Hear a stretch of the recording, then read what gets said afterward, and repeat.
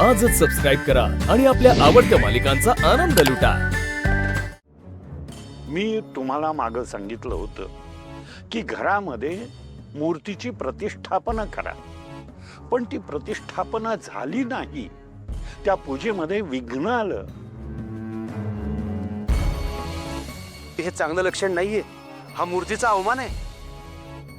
आणि गुरुजींनी सांगितले होते की या मूर्तीचा अवमान झाला तर जो प्रलय येईल त्यापासून वाचणे अशक्य आहे। जे व्हायला नको तेच घडलं, आता यातून काहीतरी अरिष्ट नक्की येणार।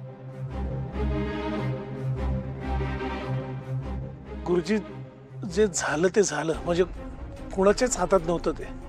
काहीतरी उपाय असेल ना, जेणेकरून आमच्या घरावरती येणारं संकट टळेल।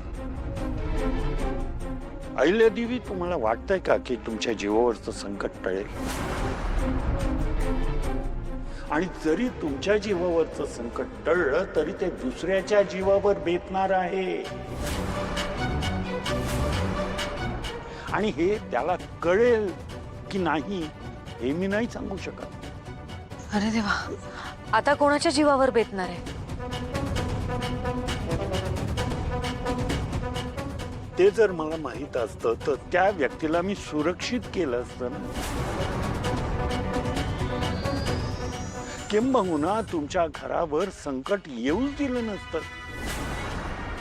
संकट येणार हे नक्की आहे, ते जीवावर बेतणार हेही नक्कीच आहे। आपण फक्त त्यावर उपाय योजू शकतो। गुरुजी, आता सगळी भिस्त तुमच्यावर आहे, तुम्हीच काय तो उपाय सांगा। हो गुरुजी।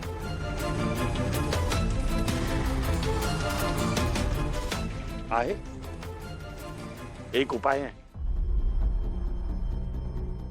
म्हणजे आपण प्रयत्न करू शकतो। एक पूजा आहे। हा, मग मग वेळ कशाला घालवायचा? आजच करून घेऊ ती पूजा। अहिल्यादेवी, ते इतकं सोपं नाहीये।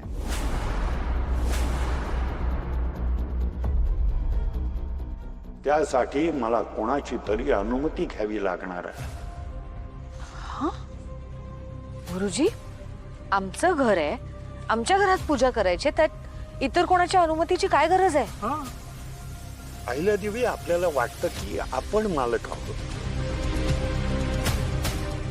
या चराचराचा मालक कोणी वेगळाच आहे हो। सगळे निर्णय तोच घेतो, तोच ठरवतो कोणाच्या आयुष्याची दोरी बळकट करायची आणि कोणाच्या आयुष्याची दोरी कमकुवत ठेवायची।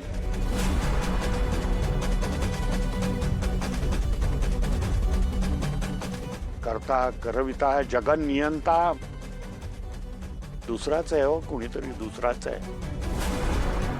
हो, पण तुम्ही काळजी करू नका, धीर धरा। आज येतो मी घरी तुमच्याकडे,